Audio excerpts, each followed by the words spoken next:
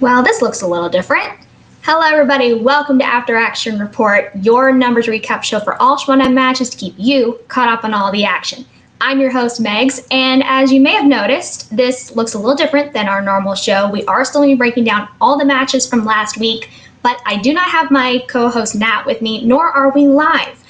Due to some scheduling changes, Nat is no longer able to be with me on this show at this time. So in order to not push the show any further back so that you guys are getting it later, or to try and do it at an earlier day, we are going to be going ahead and just bringing you these matches breakdowns pre-recorded. I'm still going to be interacting with you guys in the comment section of this video, so please, as you're watching, go ahead and leave a comment as you go. Come up with a comment you want to make about the matches that I talk about. If you have questions about things, go ahead and leave them down in the comment section. And as always, make sure that you are hitting like, again, leaving a comment, and clicking subscribe if you have not subscribed to this channel yet, to make sure you are kept up to date on everything that is going on. But again, on social media as well as here in the comment section, I will be active with you guys to make sure that you guys are getting your questions answered and that I can interact with you about all the comments that you have about all the matches that we saw during it this week. Speaking of which, what did we see this week? Let's just jump right into it. First off, we saw an IG tournament against Polyama and Irwin. More on this, but we have seen these two face off together, but this is in a brand new division for these guys, and we move right along into the singles tournament where we saw a round one matchup between Griffin, Nunes and Video Drew, and a singles tournament up against Ben Bateman and Perry Nemiroff, where we could have seen history repeat itself with a bracket buster, except we don't have a bracket to get busted, and we now only have one round two matchup confirmed in the singles bracket, which we will get into here later. But without further ado, let's jump right into our first match of the week, being Primetime Polyama against Ethan Big Time Irwin, where we saw coming into round one, Polyama is up by 2, 8-6, neither of them being able to get a perfect round, but still putting up a respectable 6 and 8 points. Moving over into round two, we saw Irwin being able to spin first after being deferred to by Polyama. Irwin takes Star Trek on his first spin, not a big surprise there, where he is able to come away with 9 out of 10 points, checking out a multiple choice once, but not giving away any steal opportunities. We then have Polyama, who spins away from scores and soundtracks and takes X-Men, where he's able to come away with 4 out of 10 available points, where he checks down to multiple choice 4 out of 5 questions, misses 2 of them, and gives up 1 for 1 multiple choice steal. Where all is said and done, Irwin gains a total of 6 points to where he is now up by 4, 16-12. So not too surprised to see that Irwin decides to keep Star Trek on his first spin. That is something he historically in singles and teams has shown a lot of proficiency in. And Polyama, I believe, hit a little bit of a rough patch here in this X-Men category. I think he is a bit more knowledgeable in this category than we are led to believe. The X-Men category just went a little deeper than I think he was originally anticipating. But again, we saw Polyama was up first there in that round one, and now is flipped to where Irwin is now up 4 going into the third and final round, where we see that Polyama has to answer some questions first. He hits a 2-pointer in Wizarding World, but misses a 3-pointer in DC and a 5-pointer in Animated, which does give Ethan Irwin the win via TKO with a final score of 16-14, where Polyama answered 12 of 18 questions for 67% accuracy and scored 45% of 31 available points. Ethan Irwin answered 12 of 17 questions for 71% accuracy and scored 70% of 23 available points. So as I said before, we are not unfamiliar with seeing these two face off, but it is a new division. We have seen Polyama compete in the IG division before, but we have not yet seen Irwin come into this division. So not strangers to these two meeting, just not in this particular division. We will see them face off again in the teams division, and they will have already faced off in singles. So this will be 3 different divisions where we've seen these guys face off against each other. If Irwin can improve and show a very strong performance in his second round, which will be up against Robert Parker, and even make it to the finals, he makes a very strong case for locking up Player of the Year, especially if he's able to hold on to the singles belt and to also make a good run towards the team's belt. So all that to be said, there's some things still yet to play out to see where he can really lock in that Player of the Year, but he's making a really strong case for it right now, and it's a respectable showing for both of these competitors considering that they are not IG specific. They are both very proficient in singles and teams, but can also make a good showing here in the IG division. So, and definitely Irwin is making a very strong play for a legitimate triple threat player with the likes of Chance Allison and Mike Kalinowski. So let's go ahead and move into our next match, where we see Griffin Nunes against Video Drew. A very entertaining match to watch with some very strong personalities coming through there. But coming into the first round here, it's very competitive. Video Drew is up by 1. It is 9-8, both of them getting the perfect round, but Griffin is unable to hit the bonus question, which does give Video Drew the advantage going into round 2, where she decides to spin first. She spins away from Pixar and ends up taking Stephen King, where she is able to come away with 3 out of 8 points, checking down to multiple choice on all 4 questions, and misses one of them, but does not give it up for a steal. Griffin Nunes is unable to capitalize on that, and he decides to take 2000s on his first spin at the wheel, where he's able to come away with 7 out of 8 points. He checks on multiple choice once, but does not give away any steals. So this now gives Griffin Nunes a gain of 4 points to where he is now up by 3, 15-12 going into the third and final round.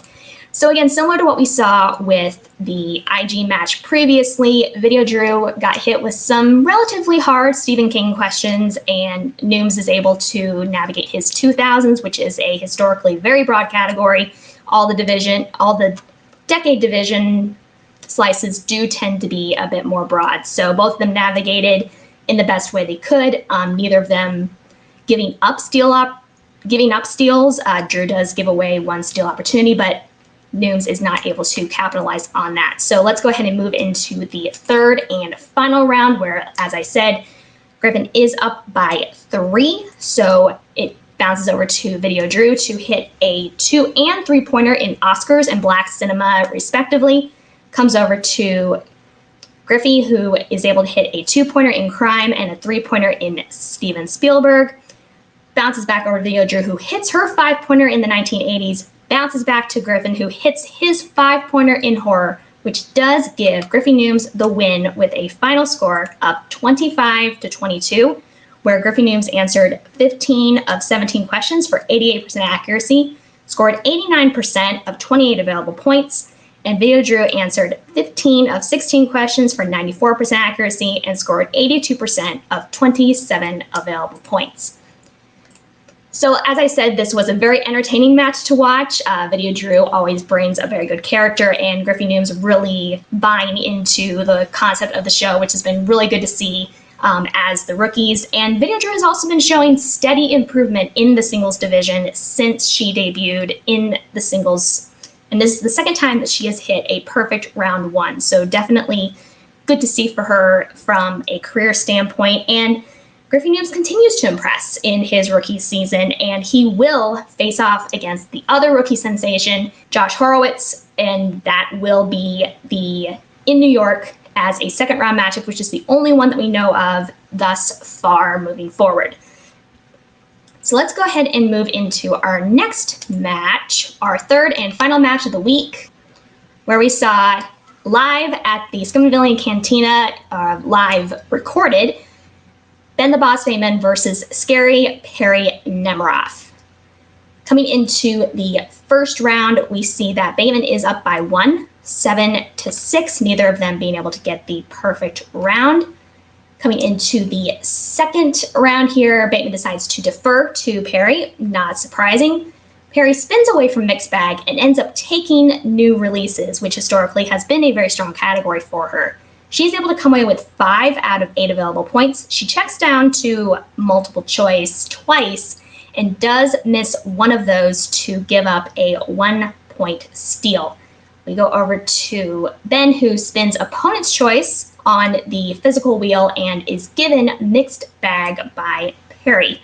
He is able to come away with 6 out of 8 points, where he checks down to multiple choice twice, but does not give away any steal opportunities.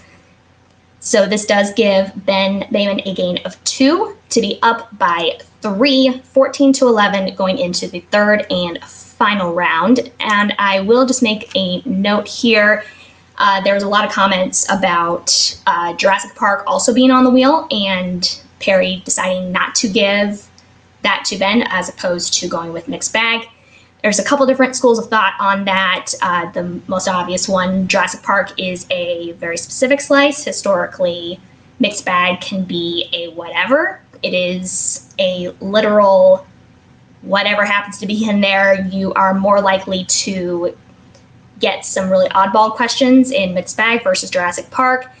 You play the game that's in front of you. At that point, Perry believed that that was the best option to give, and we also saw that Ben was not able to get a perfect round, which that is ideal. You ideally also want to get some steal opportunities.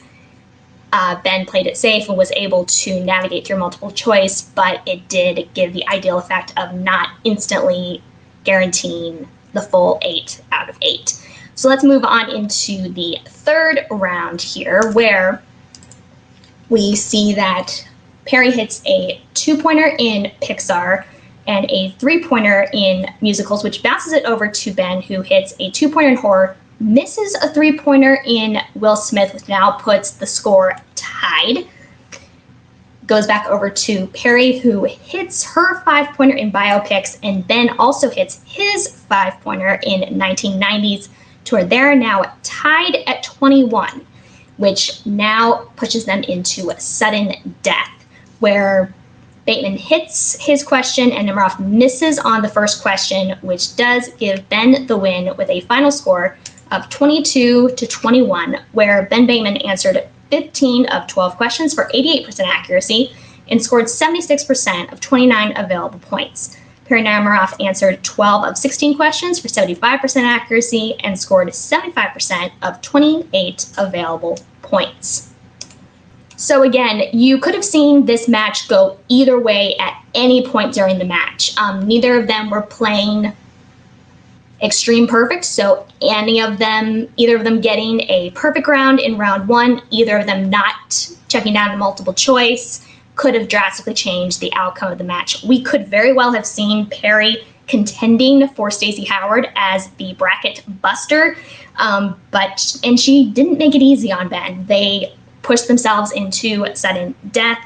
The wheel choices, the multiple choice checkdowns, all of that was done based on who you had across the table from you. Whether you talk about the scream question, Ben checks down to multiple choice because clearly we know from her expression that Perry knows this answer. So rather than risking a 4-point swing with a 2-point steal, he gambled a 2-point swing with a 1-point steal.